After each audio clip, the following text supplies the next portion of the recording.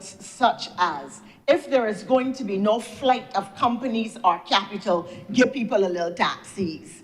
Cut this and cut that. This feeds in an inflation real high. This feeds into a narrative that the government is not doing everything that it possibly can to reduce prices and give tax breaks.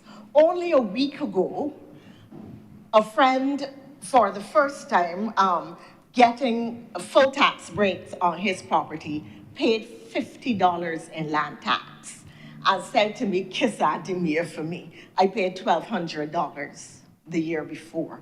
Now that makes a significant difference, and I could point to other things in which government policy has directly impacted in a positive way by reducing costs, high expenditures, and hardships that families would otherwise have faced if not for the intervention of government policy. The Honourable Senator Cummins, in her introduction of the legislation, made the point of the child who had urgent surgeries and a 2-week stay in hospital. I link that to the point that is not being made by those on the other side, which is that there is an extremely high level of pricing globally and high inflation.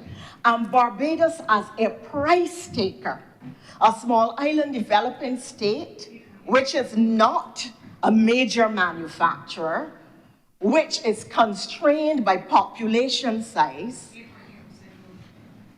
8.6. Inflation globally is 8.8%, higher than the Barbados level of inflation, which is several points below that.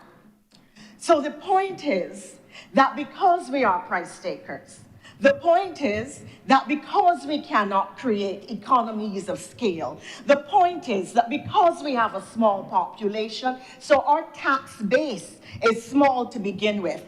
And the point is that because our business landscape is made up of micro businesses, not even medium or large size businesses, then the tax revenues generated by them are really very small. So it is not, I don't want to say it is not a sensible argument, but it is an argument that begs people to look at it and wonder what drives the thinking of the person who made the argument to say that inflation in Barbados is high. What is the global and Caribbean context in which Barbados exists, and in which our tax structures and our inflation rate is driven? And if you look at government policy, if you look at our inflation rate versus the rest of the Caribbean and versus the global rate, if you look at the positive policy interventions, if you look at the tax reliefs that this population is being given, then you will see that a government that doesn't have a lot of flexibility, a government that doesn't have a lot of fiscal space, a government that is coming out of a lost decade, a government that is coming out of a COVID-constricted cash situation, is really doing everything it can to shield the national population and to cushion the blows coming from the international situation. So because people experience difficulty when they go to the supermarket, because things are expensive, and the natural inclination is to look for someone to blame, the opposition is capitalizing on blame the government, while never putting out any suggestions of options that would make a difference. But we cannot blame the government where there is a global atmosphere of high prices, of high inflation, of high costs, and capital constraints for which this administration has no responsibility. Nor can you blame the government for the very adverse conditions which they took over and are still fighting to reverse because of the international landscape and challenges like COVID, which severely impacted the performance of the government or the delivery of services because you simply had no revenues to deal with. So that's my first point. Having said that, I want to appeal to BRA based on two experiences shared by various persons with small companies. One of them is being charged penalties and interest for non-payment of certain taxes. An option available to citizens and to businesses is to drop your check in a box from which it is retrieved, documented, or put in ledger, e-ledgers these days, I would imagine, or I would hope, put in the ledgers, and then record, your payment is formally recorded. When checks are put in the box, boxes are not necessarily cleared on the same day. The checks are then given to the officer who has to record them. So when checks come in, if I have a pile, the check that comes in on that day goes to the bottom of my pile. Depending on my processing rate, it could well take me a week or two to get through with all of the checks in my pile, given my other functions and responsibilities. When I record the receipt of the payment, I record it on the date that I have have noted the check in the ledger. And I'm saying ledger, but clearly the systems are computerized. A person who pays or paid a day or two before the deadline for payment will have paid within deadline, as they should. But because the record is formally made 2 weeks later, it appears as if they have made a late payment when in fact they have not. And they therefore incur fees, penalties, interest, and additional charges, which really and truly is not fair to them. And for small and micro businesses, which are operating as it is on very thin margins, really can make a difference because these numbers add up over the course of time. So I would wish to appeal to the management, whom we have present with us today, to consider implementing a system which does not prejudice the persons paying who do pay within the deadline, but because of the recording system, really are recorded as having paid late. The second thing is that there are fees and penalties which you pay if you have a dormant company, if you don't report, file your taxes regularly, etc. There are high costs that are incurred. I would wish for us to review this, because very often these companies, many companies that are dormant, are really small family businesses. Granny used to operate a small shop. The lawyer tells Granny she should incorporate, that is better for her tax-wise. Nobody else in the family is involved in the accounting process. Granny sees about that herself. Like all good Bajans, she holds her money tight. You could go and pick up something. You can go and dispatch. You can serve. You can do various things, but Granny is holding on to her money. When Granny suffers a stroke, nobody knows that Granny did not file the year before, or that year that she suffered the stroke, she didn't file. You may or may not continue operating the business. But you are incurring on the books, on government's books, fees, charges, and penalties for what government regards as a valid and operating business, when in fact, it may take 5 years before Granny's estate, when she passes, is resolved. In the interim, you have incurred charges, in theory, which really you should not have, because you were not validly operating, or you were not operating a business at all. So that we need to look at practical systems in the context of what we know are the cultural and social realities, so that people really do not suffer prejudice by the existence of rules meant to catch those who are deliberately trying to escape payment of what is due to the government, when in fact some micro and small businesses often don't know the rules, do not intend to be in breach, and it is really family circumstances, or the way in which their businesses operate, or the informality with which a lot of small businesses operate, that causes them to suffer these challenges. So those are the 3 points that I want to start with. And then, sir, I move to what I indicated at the start that I would want to address. And you will appreciate, sir, that coming from an international relations perspective, that this is a matter of concern to me.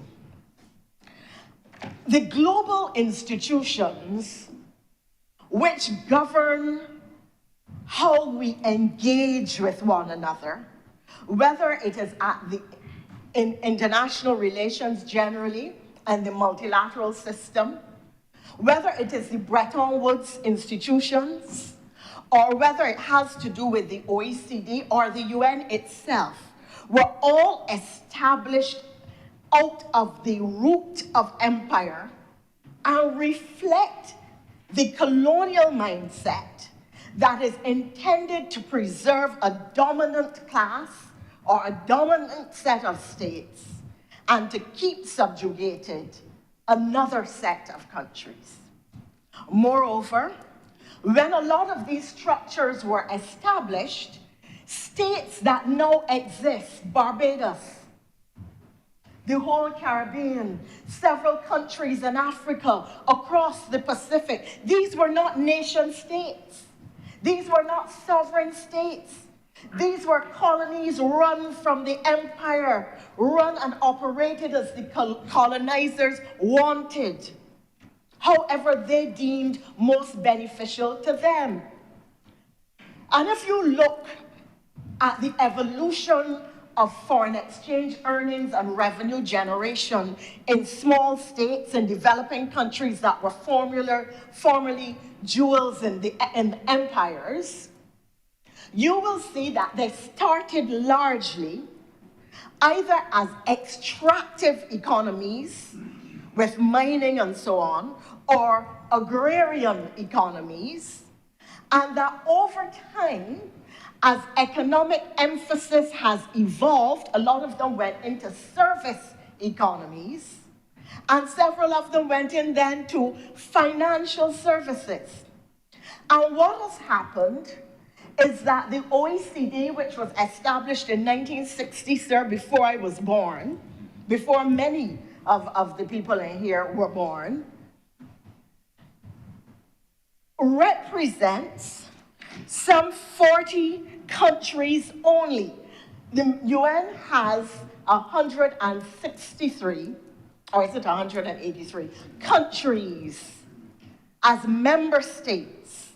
The OECD, which governs global tax rules, formulates, implements, operates global tax rules, represents 40 countries only, but determines what everybody in the world does.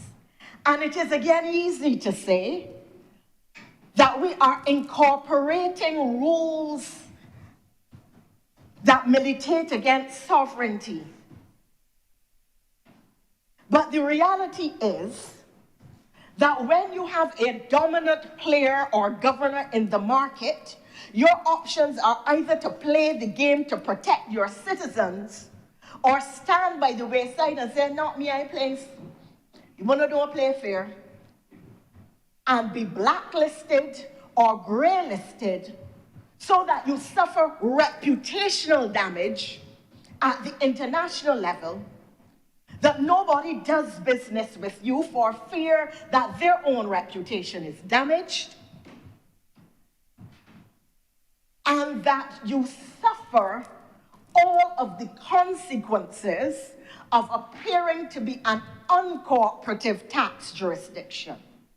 The government of Barbados, intent on protecting its sovereignty and its citizenry, has taken the decision that while we do not necessarily like the way in which these global players, or some may say global bullies, operate, that we have no choice but to get on the playing field and make sure that we kick and maneuver the ball and get it into the goalpost, even if the goalpost is shifting, if we want to maintain our foreign exchange earnings, and if we want to maintain a good global reputation, and if we want our citizens and our sovereign state to be seen as a serious international player in world affairs.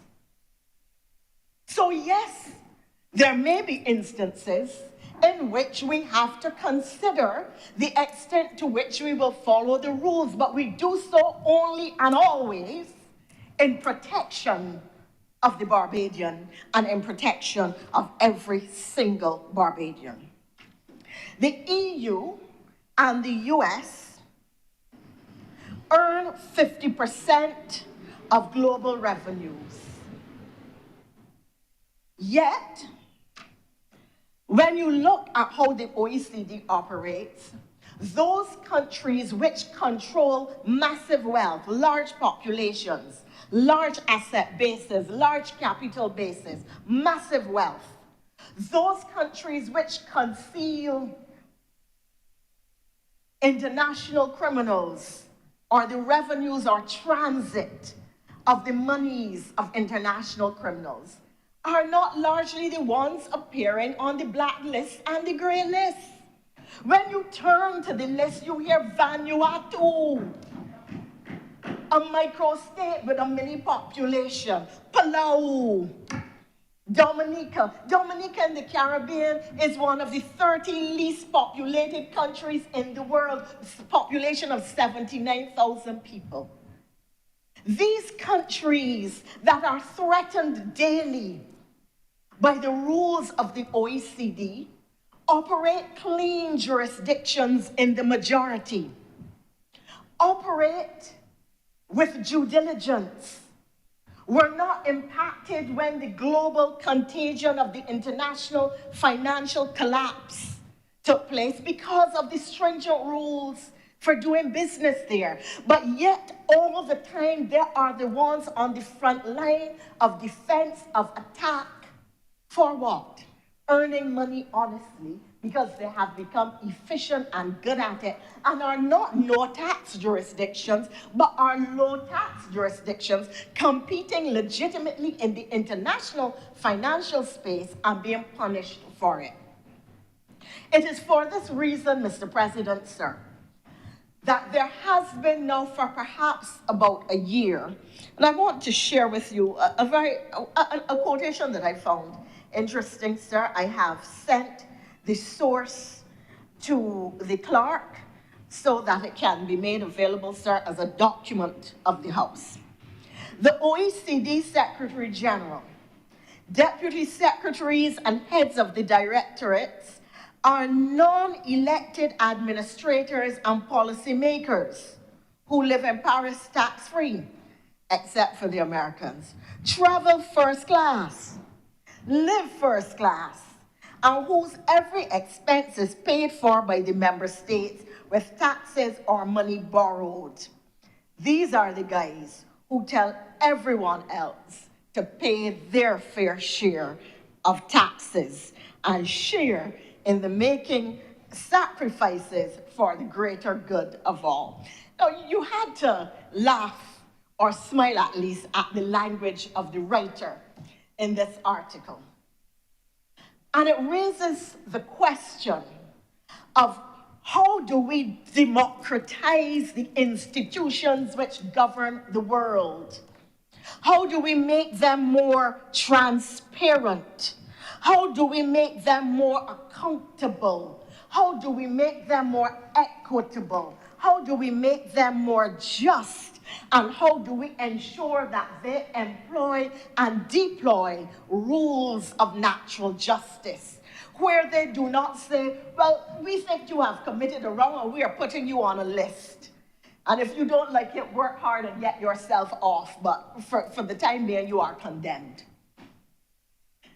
And that is why, over the course of the last maybe 15, 20 years or so, maybe not so long, there has been an increasing push for there to be a tax institution, a global tax institution, operated within the context of the United Nations, so that it would be more open, more accessible, more democratic, and run by a larger number of member states who each have a vote. Now, make no mistake, even if this were to come into being, the reality is that those who dominate the present institutions are equally going to try to assert their presence and influence and dominance within any new institution, so that the fight will not be over. The fight will just take a different form. And we will have to continue to take the decisions necessary to defend and protect, to guard and to guide our populations and our policy.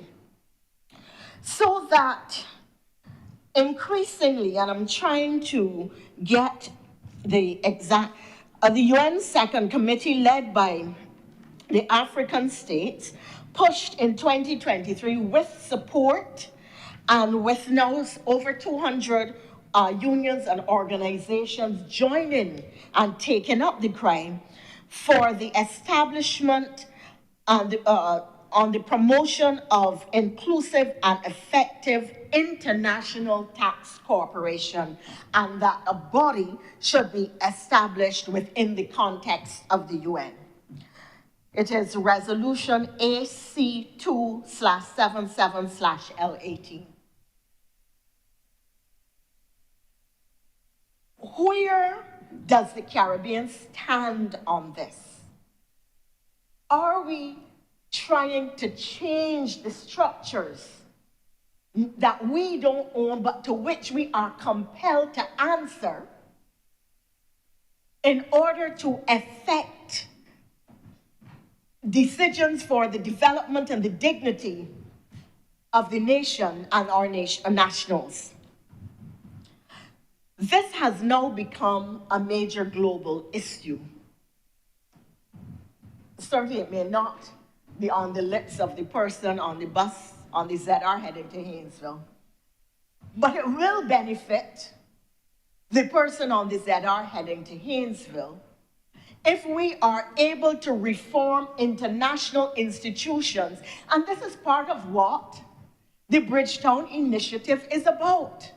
It is about calling us to look at the existing structures within the multilateral development banks, to look at the fact that the fiscal space within which small states and certain developing countries operate is so limited that we are in effect strangled financially and economically, and that our citizens do not have the same opportunities at development.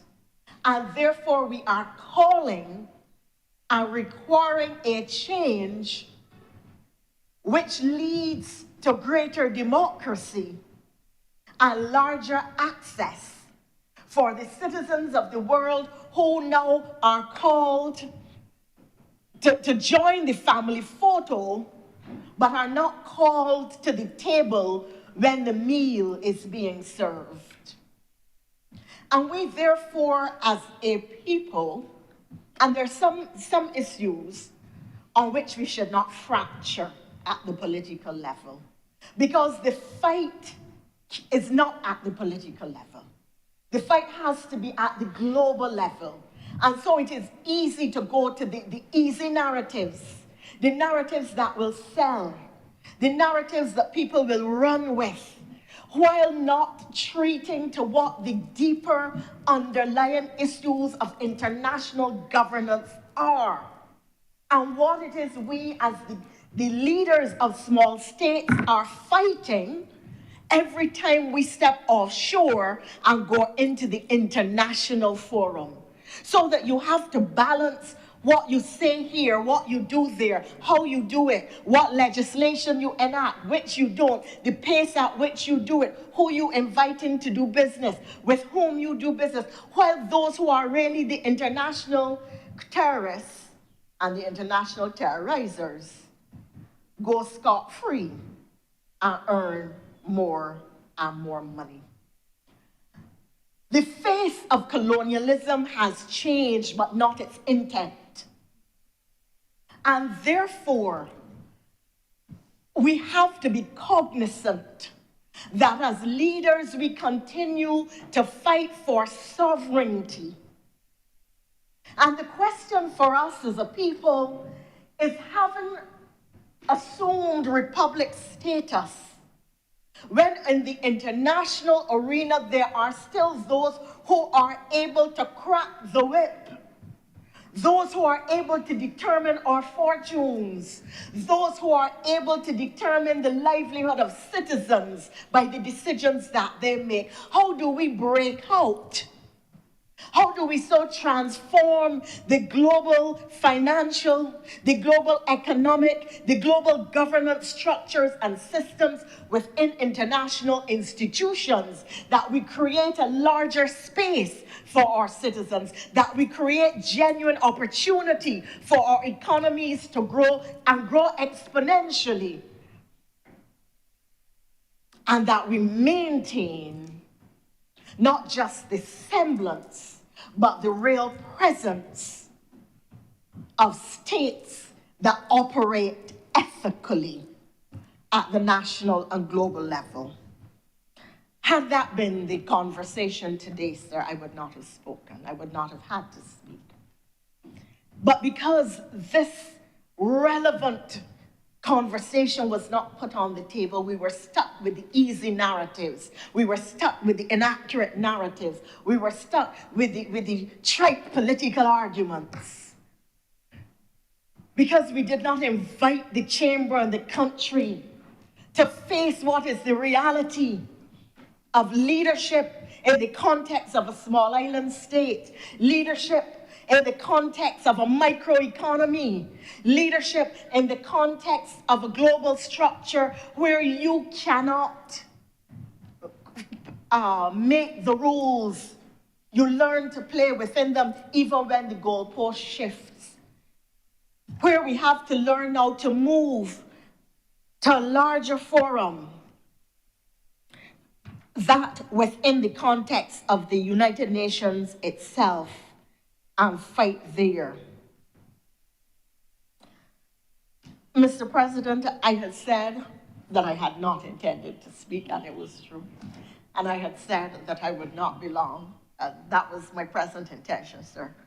But I felt that as somebody who works in the field of international relations, and given the fact that, I have served as Barbados's ambassador to the United Nations, and that I understand that these are not issues that are as simple or as simplistic as we were being led to believe. I really thought it essential to put on the record the broader arguments, the broader fight, the deeper, more potent, more powerful realities, so that the record today on this debate would be more accurate and more reflective of the challenges that we face in leadership on this and other issues.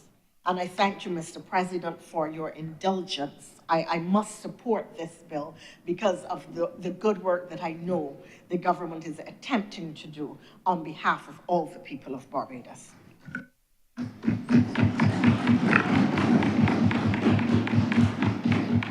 Thank you very much, Your Honour, Senator Thompson.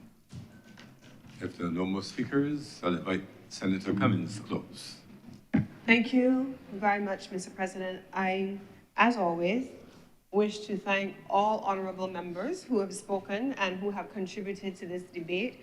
I know that for the most part, this is not one of those, forgive me for using perhaps a little unparliamentary, being a little unparliamentary, Mr. President, in my language. This is not one of those sexy topics that, you know, will excite imaginations a lot of times. We ain't talking necessarily in this instance about garbage and water and those kinds of things. These are issues that people tend to tune out because they think, boy, that's a little too highbrow for me. I can't really deal with all of that.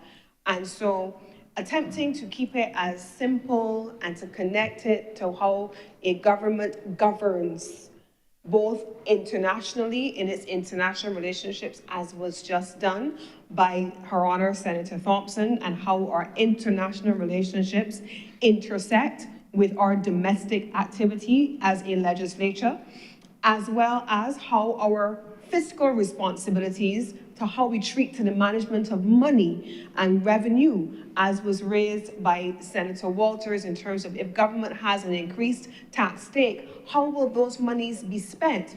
Will those monies be allocated to development programming? Those are the kinds of things that perhaps, Mr. President, I want to focus on in my response as I attempt to go through some of the issues that were raised by the colleagues. Let me begin, Mr. President, by saying first and foremost that this government does not, did not, has not, nor will I ever expect it to have perfunctory conversations with people and call it consultations. This government, even before we came to office, before we were responsible for governing a country, we undertook, Mr. President, to have a rubbing shoulders campaign. We walked the length and the breadth of this country as BLP on the road. That is the philosophy and the practice of governance, even by a government that was not yet in government. And so, Mr. President, when we came to office, one of my colleagues likes to call it, when we came to service in 2018, we did not stop doing that. Mr. President, we have continued to consult and engage with people day in and day out. We have continued with Parish Speaks, where the average Barbadian is invited to come and to engage with the mechanics of governance and government on a monthly basis, so we can share with people what the issues are. How are some of these highbrow issues that we talk about connected to the issues that people are feeling on the ground? We ain't just a come. We've been doing this for years, Mr. President. And so all the ones who would wish to now come and begin to lecture us on what the people are saying, Mr. President, who do not have the track record of this party or this government, and would wish to lecture us now on what people are saying, we'll and come again. We'll and come again. Okay, I'll take that. My colleagues have corrected me. We've been doing this for long, though. We didn't just start. And on these matters, Mr. President, specifically on these bills, that philosophy that has guided us on the ground from before we were in government in 2018 continues to guide us on every matter, each and every time. And this matter, these two bills, were no different. Mr. President, there has been a comment raised, or there have been queries raised about the depth of our presentation, of our consultations. Mr. President, I am certain that those who are members of sector associations are in touch with their representatives and with their leaders, and that when the state, through those leaders that they elect or appoint by whatever means of selection to represent them, and those agencies come together in a consultative forum with the government, that they are in turn going back and reporting to their membership.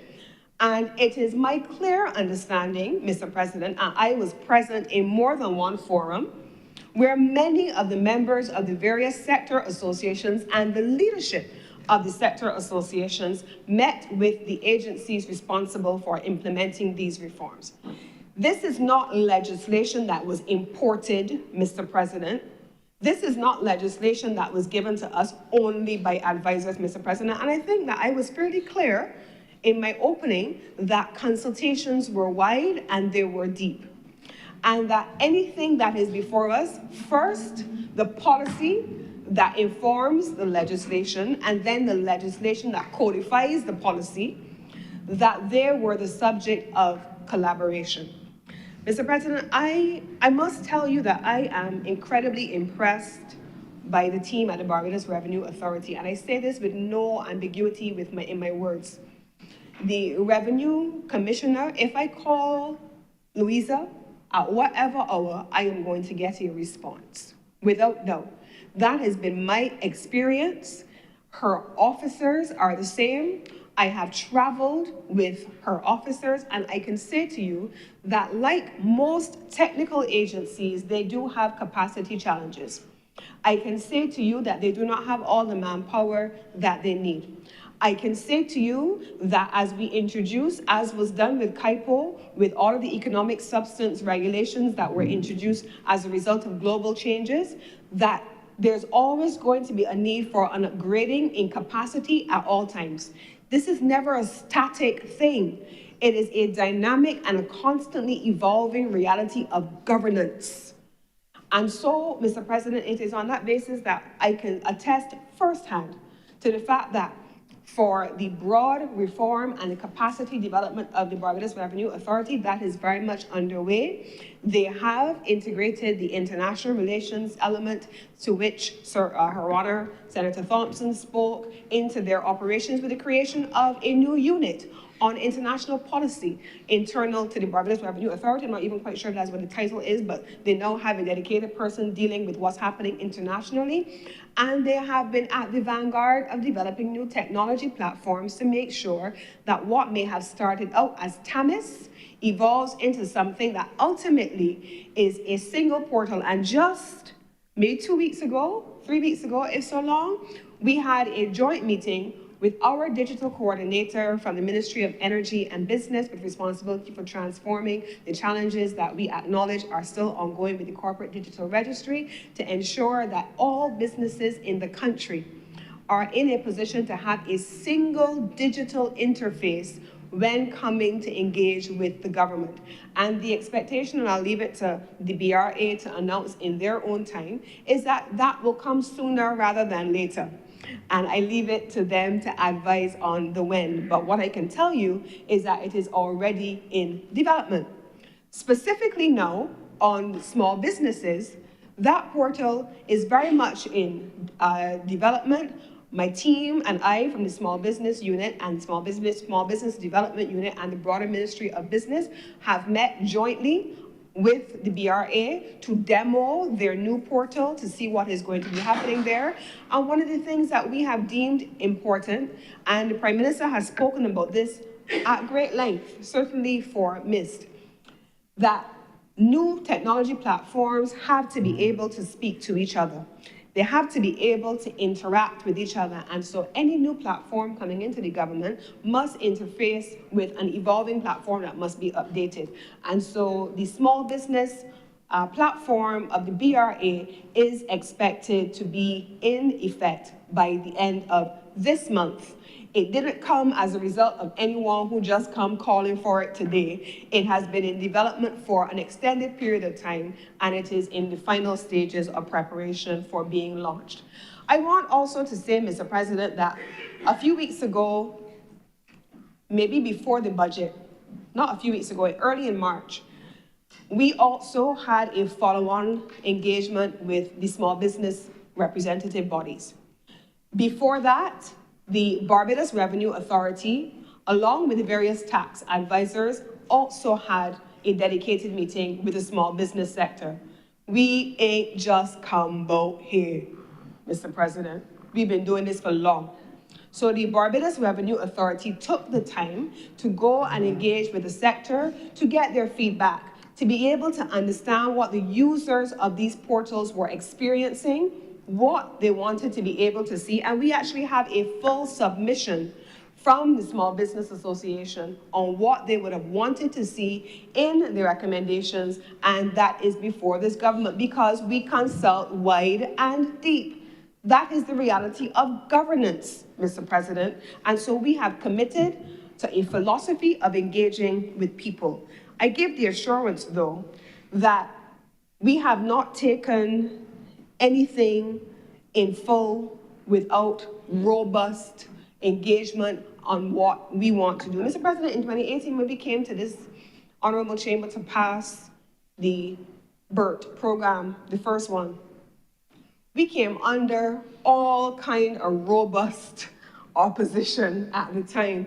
It was called the Earlier BERT program. It was called all kinds of things, Mr. President, because the notion at the time was that it was a foreign imposed structure that had nothing to do with Barbados. And it did not matter, it has not mattered, Mr. President, how many times we have said the facts. And the facts are, this was a homegrown program for Barbados. It benefited from international inputs, and BERT 2 is another homegrown program where we work with our international partners and our local partners to develop something that is fit for purpose for Barbados. But Mr. President, let us not pretend. Let us not pretend. I am proud to be a Barbadian. I am proud to be from Barbados. I am proud every time I go somewhere and somebody tells me, your Prime Minister is amazing. I am proud every time I go somewhere, Mr. President, and somebody stops me and tells me they want to take a photo because they want to send it to somebody because they are so pleased to be engaging with somebody from Barbados because we are seen as a leader. Mr. President, there are doors that have been opened and continue to be opened because of the leadership demonstrated by Barbados.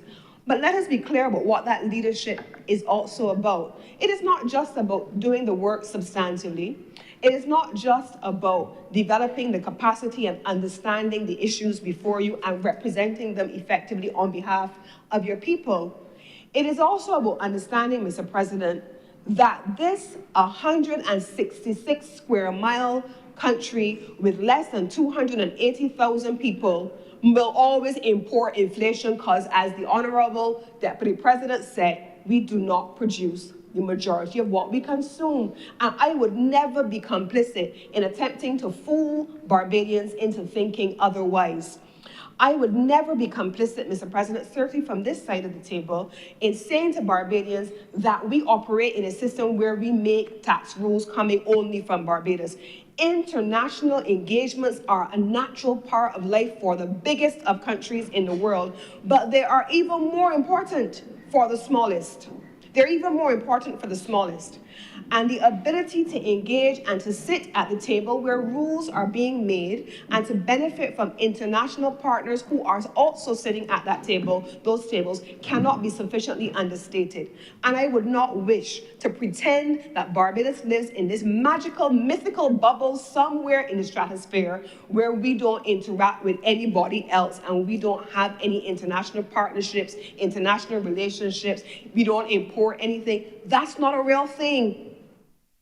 Not in any universe, not even for the biggest in the world, but it is not for the smallest. And it is for that reason why Barbados insists on making sure that we have a seat at every table. And I want to be clear, the OECD relationship with countries like Barbados has evolved significantly beyond where it started. I remember being a young Foreign Service officer in the Ministry of Foreign Affairs in the 1990s, where we were still having an aggressive conversation with the OECD. We were in battle in perpetuity, Mr. President. And the difference between what I experienced as a young Foreign Service officer at the time in the 1990s, where the OECD functions separately from everyone else, and what I see now as the minister who has been engaging with the OECD alongside the other agencies is vastly different. The OECD has not blacklisted us. EU countries may have blacklisted us on the basis of different methodologies, but Barbados has seen a relationship with the OECD through the Global Forum, through the Inclusive Forum, through the FHTP, where all of our reports have been on the basis of engagement. All of our engagement has been on the basis of active participation. Mr. President, when the Barbados assessments are being done, we are working hand in glove with those partners in the OECD, in the Global Forum, in the Forum on Harmful Tax Practices, in the Inclusive Framework. In the Inclusive Framework, as I said earlier, we sit at the table. And so, Mr. President, the recommendations usually coming from the OECD would be reflective of what we have worked on, and the recommendations would then go to what we call the EU Code of Conduct Group. The EU Code of Conduct Group then, in turn, uses the technical assessments done by the various OECD bodies, and they, in turn, make recommendations on what should happen in a given jurisdiction. And so, on the one hand, we can say that through active international engagement and through active international partnerships, we have been engaging with the OECD and its organs, and at the same time, as a country that has always favored multilateralism, we are equally confident with the evolution of this conversation beyond the OECD into the United Nations, where everyone has a seat at the voting table among 191 members.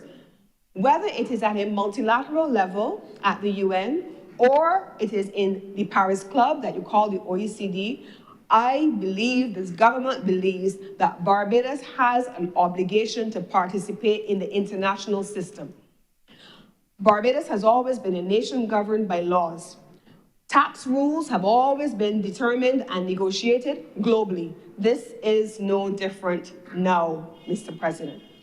And so I want us to put that into context.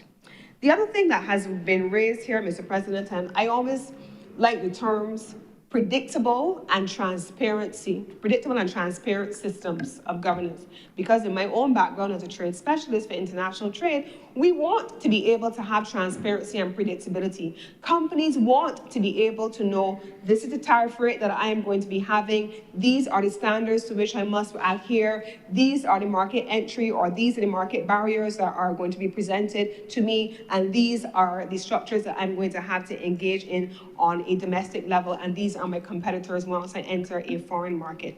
Transparency and predictability are critical.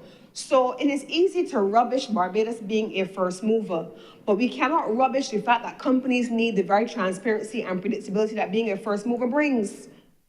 That transparency and predictability gives companies the certainty that they need to make decisions about where they are going to keep or move their domicile.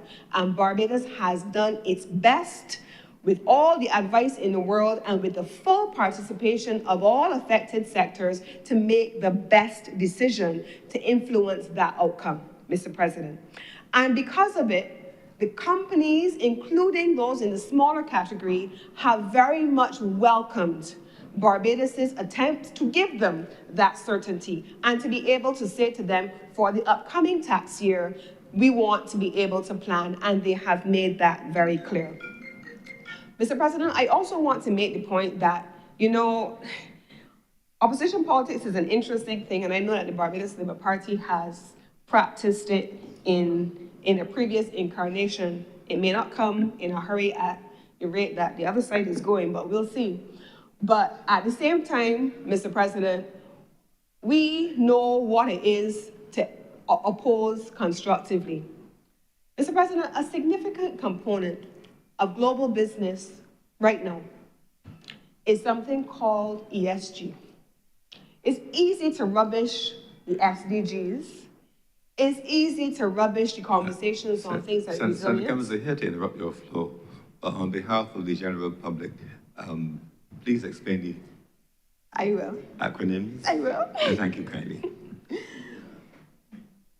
So, in the global business space, the Prime Minister of Barbados, in her advocacy on climate, In her advocacy on the climate crisis and the need for countries to make changes to the way in which they consume energy and, 1.5 to stay alive and those kinds of things, we understand those things. But those things have a connection to global business, Mr. President. There are companies in the world, some of them right here in Barbados, that have entire sections or lines of their business dedicated to environmental and social governance. There is an entire line of business that is in place, Mr. President, that Barbados, as part of its investment attraction strategy, as part of its global business strategy, has determined in its reports from as far back as 2022 in the preservation report and in all of the international business strategy papers since then, that Barbados has prioritized the development of the ESG line of business to have companies domicile that here in Barbados or to bring their lines of business here to Barbados, because Barbados wants to ensure that we are not just talking about climate, we're not just talking about vulnerability, we're not just talking about resilience, but we are also practicing it in every possible respect, including, Mr. President, in our lines of business, and including, Mr. President, in the companies that we attract to Barbados. Let me give you an example. There are some countries in the world, if you remember, back in the day, we used to have you drive down, we used to call it BET Hill. If you're from a certain generation, we know what BET Hill is. And we know what BET Hill is because when you drive down the hill from Polytechnic and from the CDB, right there in front of you, that imposing building that is now an offshore university, it used to be Intel, right? It used to be Intel. And at the time, you had entities that would come and they would set up for light manufacturing or assembly plants to come, or small technology companies, and they would come, and then you had the offshore transcription, medical transcription at one point. Companies moved over many years to do different lines of business, and in the Pacific region, for example, where you have seen the assembly the spatial allocation of assembly plants across the Pacific region in order to tap in to the business that is car manufacturing in places like Japan, and now the evolving industries that are coming in the manufacturing sector in China. ESG, Mr. President, and I've given the explanation for the acronym earlier, this is a line of business, Mr. President, that is a downstream and an upstream connection to resilience and to the small sustainable development goals and to our conversations on vulnerability. And so there is an absolute connection, and there is an absolute reason why the honorable member in the other place would have spoken about these things, because these create business opportunities for Barbados to connect its philosophy, who we are, with what we do and our management of our nation. Mr. President, I'm advised on the next point by the Barbados Revenue Authority on the point that was raised earlier about funds where they are applied and persons not having them applied to their accounts, that there were some challenges with a number of taxpayers submitting payments, but not the information associated with those payments. And as a consequence, they needed to reconcile who the payments correlated to and what then they needed to be applied to. And the Honorable Deputy President is nodding that she's one of them. And so they have created a dedicated team to be able to resolve that. And I'm sure that they will put necessary communications around it so that it wouldn't happen again, where taxpayers are submitting a payment, but they're telling you this is for which account. And so they now have only 1% of those unapplied accounts outstanding, and they will continue to work through the process of getting that down to zero. If the Honorable Deputy President is still among them, I'm sure that it will be resolved shortly. Now, Mr. President, the other element that I want to raise is on KIPO.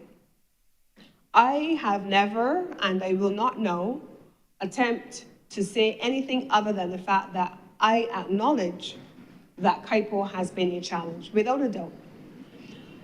KIPO has gone through several incarnations, and I've spoken about KIPO on more than one occasion in acknowledgement. I can only say to you that the changes that we are aggressively and actively working through now are, we hope, the final incarnation of many generations of tinkering with KIPO. But just like the BRA, and just like the legislation that we have here today, Mr. President, this legislation, Mr. President, has implications, as was said earlier, and rightfully so, for the capacity of the BRA. Could you imagine that just like for Companies Act, there are 17 pieces of legislation administered by KIPO? Could you imagine, Mr. President, piece of legislation after piece of legislation being amended, new obligations being assumed, and then assigned to the BRA in some instances, and in the case of KIPO, that is also the case, but without the requisite additional resources being provided. We are making sure that that generational challenge that has plagued institutions is addressed in the case of KIPO through the creation of a new entity. And so finally, Mr. President, I want to, in commending this bill to the Honorable Chamber, I want to close by saying this. Sometimes the government takes every action, at all times, I should say, within its control, and those words are important, within its control to take decisions. On the issue of persons who have arrears as a result of not filing annual returns, that is a KIPO matter again. But Mr. President, even though as a government we would have wanted to address the issue of waivers, we still had to consider that at the time that this was being discussed, this relationship between international relationships and domestic policy cannot be escaped. And at the time, Mr. President, you would recall very well being in the driver's seat very much of relationships with other entities abroad, FATF and others included. And there were peer reviews ongoing, which included how Barbados not just did assess which companies on our register were active, which constituted economic substance, which companies needed to be struck off from the register because they were inactive, which companies were considered high risk, Mr. President, and which companies had not filed, and in those instances where they had not filed, where penalties or sanctions could be levied. If you were to waive the penalties and the sanctions in those moments during the process of peer reviews, there would have been implications that you would not have wanted for the country in terms of gray and blacklisting. And so a government has to take all of those considerations into account when making decisions. And so I want to give the assurance that we as a government are committed to our people. We are committed to good governance. We're committed to national development and national transformation. And we're also committed to our international relationships, which very much help to fuel a lot of what we do on 166 square miles to punch above our weight, while still acknowledging that our weight requires us to always be sitting at the table and helping to frame the conversation. And with these few words, Mr. President, I beg to move that this bill be read a second time. The question is that this bill be read a second time. Will all honorable senators in favor please say aye? Aye. Those against please say no. The next the ayes have it. Senator Cummins. Mr. President, I beg to move that Your Honor do not leave the chair and the Senate dissolves itself into a committee of the whole for further consideration of this bill. The question is that I do not leave the chair and the Honorable Senate resolve itself in the committee for further consideration of this bill. Will those honorable senators in favor please say aye? Aye. Those against please say no. Methinks the ayes have it.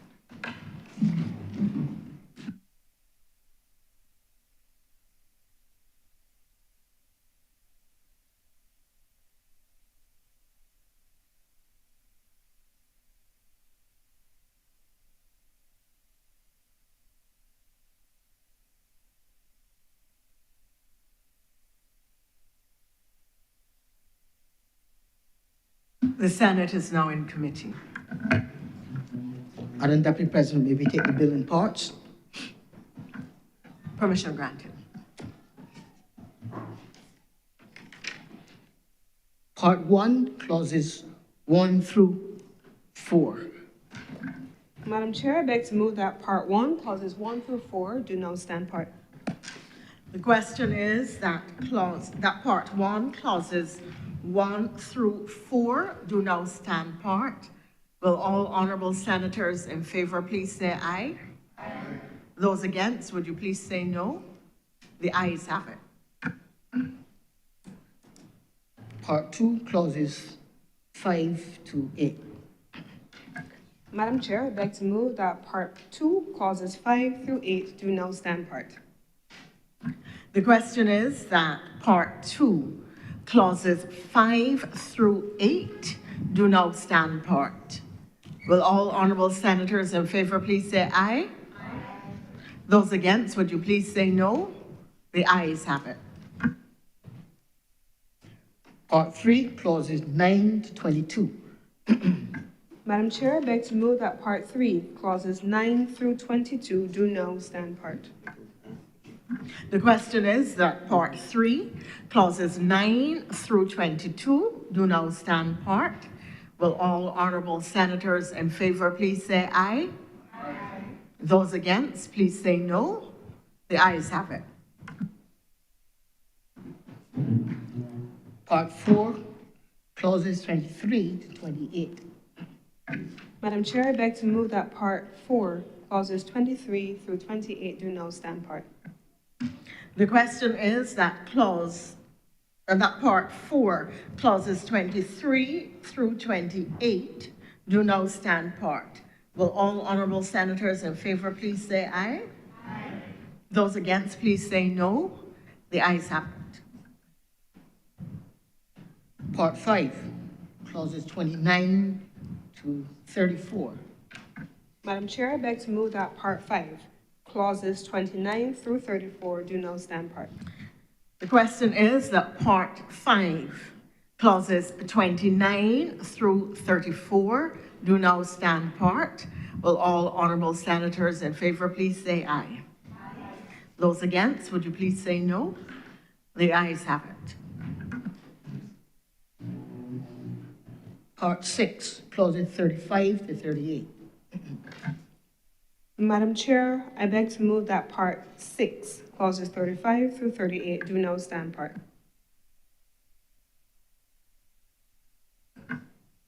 The question is that part 6, clauses 35 to 38 do now stand part. Will all honorable senators in favor please say aye? Aye. Those against, please say no. The ayes have it. Part 7, clauses 39 to 43. Madam Chair, I beg to move that Part 7, clauses 39 through 43 do now stand part.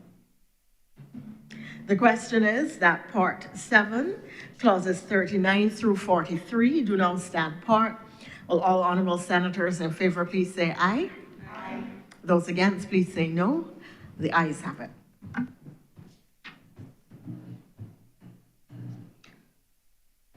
Part 8, clauses 44 to 53. Madam Chair, I beg to move that Part 8, clauses 44 through 53 do not stand part. The question is that Part 8, clauses 44 through 53 do now stand part. Will all honorable senators in favor please say aye? Aye. Those against, would you please say no? The ayes have it.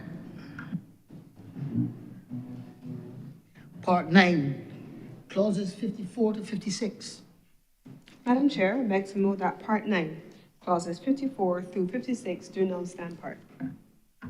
The question is that Part 9, clauses 54 through 56 do now stand part. Will all honorable senators in favor please say aye? Aye. Those against, would you please say no? The ayes have it. Part 10, clauses 57 to 64.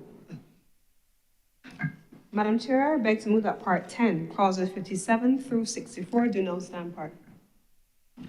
The question is that Part 10, clauses 57 through 64 do now stand part. Will all honorable senators in favor please say aye? Aye. Those against, would you please say no? The ayes have it. Part 11, clauses 65 to 69. Madam Chair, I beg to move that Part 11, clauses 65 through 69 do now stand part. The question is that Part 11, clauses 65 through 69 do now stand part. Will all honourable senators in favour please say aye? Aye. Those against, would you please say no? The ayes have it. The first schedule. Madam Chair, I beg to move that the first schedule be the first schedule to the bill.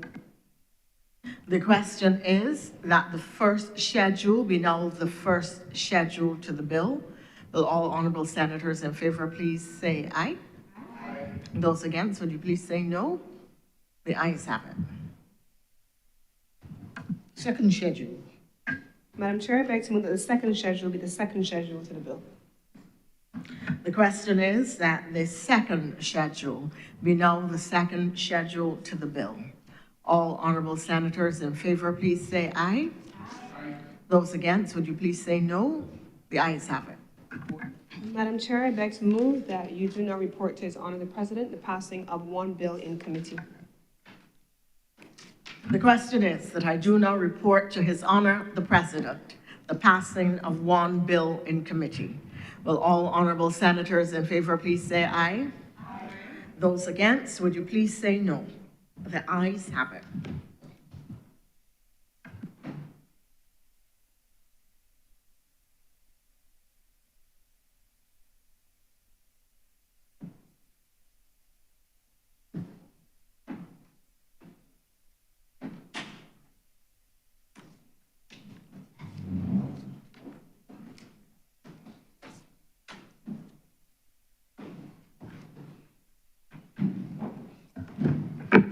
The chairman has reported the passing of one bill in committee. Senator Cummings. Mr. President, I beg to move that we do not read this bill a third time. The question is that the bill be read a third time. Will all honourable senators in favour please say aye? Aye. Those against please say no. The ayes have it. Senator Cummings. Mr. President, I beg to move that this bill do not pass and be cited as the Corporation Top-Up Tax Act 2024.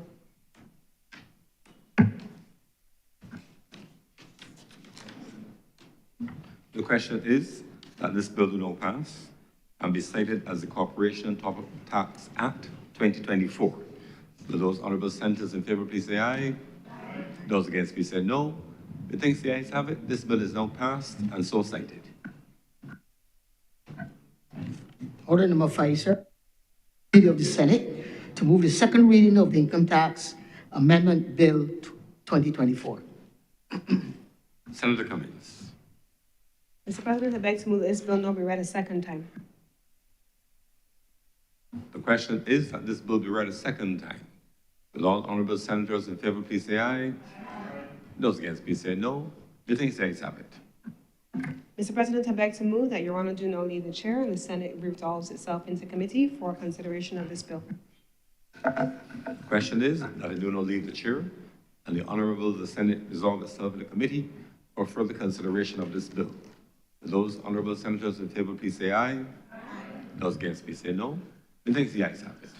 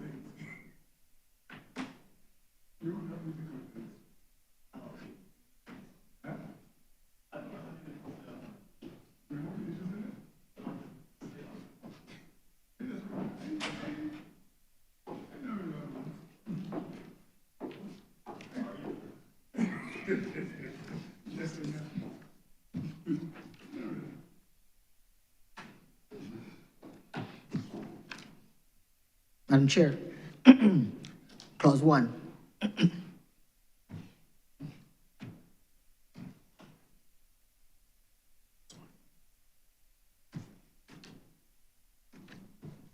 Clause 1.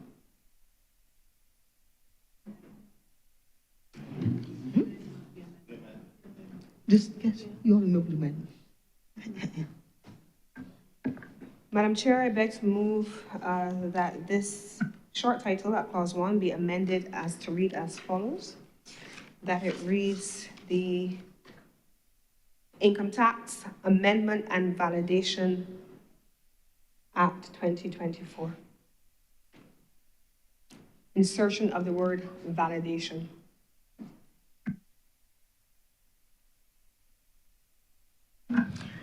The question is that the title be amended, the Income Tax Amendment and Validation Act 2024, with the amendment being the insertion of the word validation.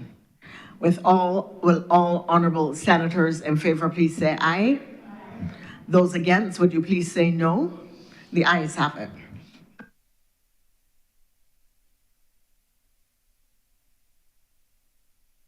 Thoughts? Permission to do so granted. Clauses 2 to 9. Madam Chair, I beg to move that clauses 2 through 9 stand part. The question is that clauses 2 through 9 stand part. Will all honorable senators in favor please say aye? Those against, would you please say no? The ayes have it. Clauses 10 to 15. Madam Chair, I beg to move that clauses 10 through 15 do now stand part. The question is that clauses 10 through 15 do now stand part. Will all honorable senators in favor please say aye? Those against, would you please say no? The ayes have it.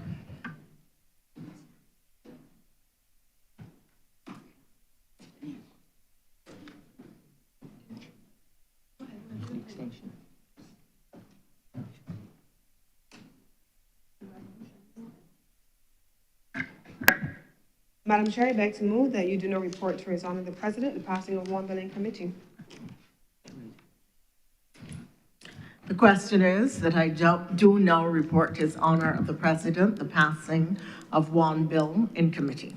Will all honorable senators in favor please say aye? Those against, please say no. The ayes have it.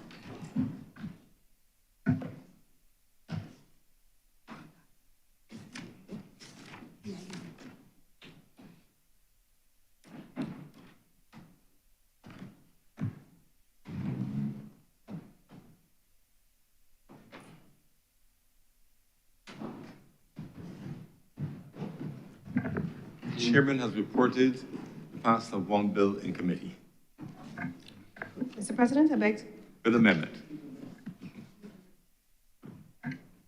Mr. President, I beg to move this bill be read a third time.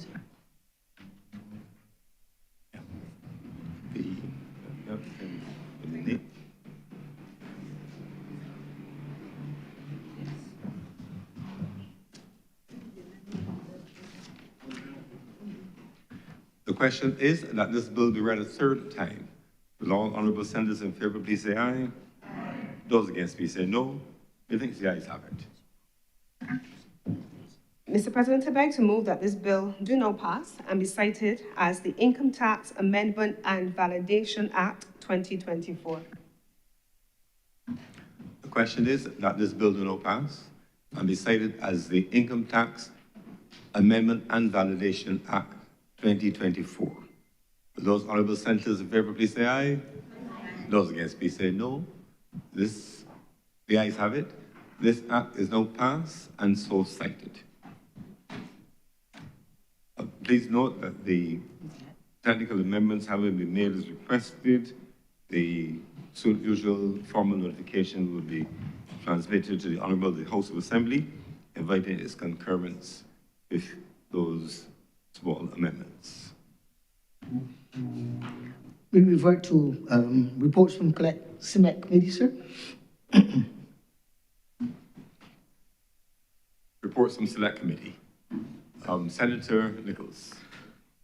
Mr. President, the Senate would recall that on the 14th of February, the matter of the consideration of the Cybercrime Bill 2024 and the Mutual Assistance in Criminal Matters Amendment Bill 2024 were read for the first time in the Senate, and that it was considered by the Senate that we should resolve ourselves with the House of Assembly to consider those aforementioned bills in a joint select committee of the Governance and Policy Matters Committee of the Parliament. We were to have a period of 3 months to consider these bills in joint select committee. But you would appreciate that with the formal appointment of a leader of the opposition and the taking the place in the Senate of 2 new opposition senators, the work of that joint select committee could not begin in earnest. And therefore, we began long after the period that we would have wanted to begin. I stand before you today to request that the Senate consider and approve a request for an extension of time up until Friday, the 14th of June for the Joint Select Committee on Governance and Policy Matters to complete its work in relation to the aforementioned Cybercrime Bill and the Mutual Assistance in Criminal Matters Bill. We have had 4 meetings of that standing committee, and we have been receiving oral submissions from members of the public, and the committee members have been asking questions of those members of the public who have appeared before it. And we've also received a number of written submissions for which the committee now has to consider, so that in the circumstances where our time period is set to run out, I am requesting that the Senate now approve an extension of the committee to complete its work up until the 14th of June, 2024. Mr. President, I second the request, the motion. Thank you very much, Senators Nichols and Walters. The question is that the Committee on Governance and Policy Matters, this is a joint select committee, be given an extension of time to report until Friday, June the 14th, in its 2024, in its consideration of matters related to the Cybercrime Bill and the Mutual Assistance in Criminal Matters bills. Those honourable senators in favour, please say aye. Aye. Those against, please say no. I think the ayes have it. The resolutions passed, and the time is therefore extended to June 14th, 2024. Under this head of report of select committees, I have the report of the Committee of Selection to the Honourable the Senate. The Committee of Selection of the first session of the Parliament of 2022-2027 met on Wednesday, 15th May 2024. That's today. Present were myself, His Honour the Most Honourable R.R. Farley, Senator the Honourable L.R. Cummins, Senator K.J. Boyce, Senator Dr. C.K.M. Haynes, Senator T.D. Watson. In attendance were the 2 Deputy Clerks of Parliament, Nigel Jones and Bertie Gibbons. The committee met, this meeting was occasioned, of course, by the change in composition of the Senate with the appointment of opposition senators and the reduction of the independent senators from 9 to the usual 7, the 2 opposition senators present. The committee therefore met to consider nominations for membership and proper constitution of the committees of the Senate, making note, of course, that the Committee of Selection and the Joint Committee of the Joint Select Committee standing on governance and policy matters had already been sorted out. The committee proposed that in relation to the Standing Orders Committee, the membership of Senator Reverend Canon Dr. J.A. Rogers be withdrawn in favor of Senator Watson. The committee proposed that in relation to the House Committee, the membership of Senator Manilow be withdrawn in favor of Senator Walters. The committee proposed that in relation to the Committee of Privileges, the membership of Senator Reverend Canon Dr. Rogers be withdrawn in favor of Senator Watson. In relation to the Regulations Committee, the membership of the Honourable Little Nurse, we have withdrawn in favor of Senator Walters. In relation to the Library Committee, the membership of Senator Dr. Crystal Haynes and Senator Kevin Boyce be withdrawn in favor of Senator Rand Walters and Senator Tricia Watson. In relation to the Committee of Public Accounts, the membership of Senator John King be withdrawn in favor of the Honorable Chad Blackman. Further, the membership of Senator Honorable Little Nurse and Senator Reverend Charles Morris be withdrawn in favor of Senator Ryan Walters and Senator Tricia Watson. Committee proposed in relation to the Committee on Economic and Productive Sectors, the membership of Senator Crystal Drakes be withdrawn in favor of Senator Tricia Watson. Committee proposed Senator Ryan Walters serve on the Committee on Social Sector and the Environment, and the committee proposed as well that Senator, the Most Honorable Jerome Walker, on the Management Commission of Parliament be withdrawn in favor of Senator Tricia Watson. Those proposals were unanimously agreed by the committee. In summary, therefore, the committee makes the following nominations for appointment to the committees, which I will once again cite, and these are the nominations for the approval of the Honorable Senate. Standing Orders Committee, Senator Tricia Watson. House Committee, Senator Ryan Walters. Committee of Privileges, Senator Tricia Watson. Regulations Committee, Senator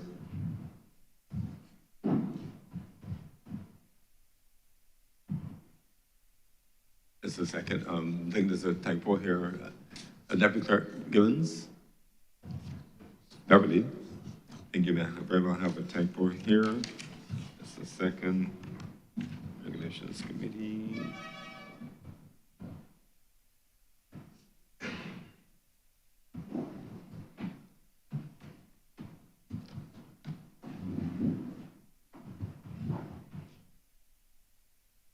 But just as I put in the recommendations, which will draw to the attention that the facts are, it was really speaking of a Senator T.D. Walters, Senator R.O. Walters in relation to Regulations Committee.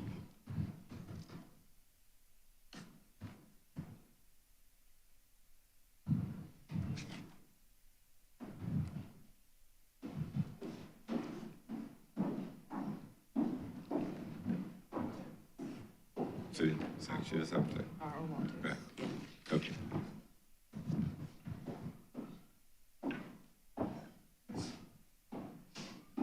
So Regulations Committee, Senator Walters.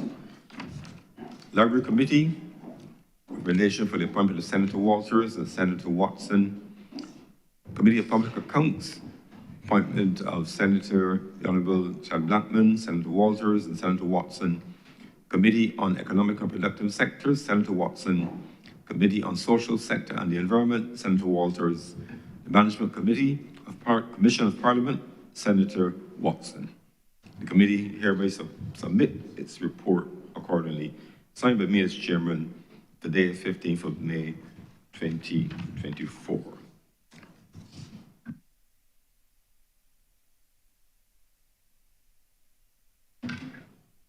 Senator Cummins. Mr. President, I beg to propose the adoption of the report of the Committee on Selection. The question is that the Senate do now adopt the report of the Committee of Selection, and the adoption of this report triggers the appointment of those senators so named to the committee, to the committees listed. Will those honorable senators in favor, please say aye. Those against, please say no. Methinks the ayes have it. Those senators therefore stand appointed to those committees. Congratulations, honorable senators, and I thank you for agreeing to serve as indicated. Mr. President, there being no further business for the remaining of today's sitting, I beg to move the adjournment of this sitting of the Honorable Senate. Sine die. The question is that this sitting be now adjourned sine die. Will all honorable senators in favor please say aye? Aye. Those against please say no. Methinks the ayes have it. This sitting of the Honorable Senate is therefore adjourned sine die.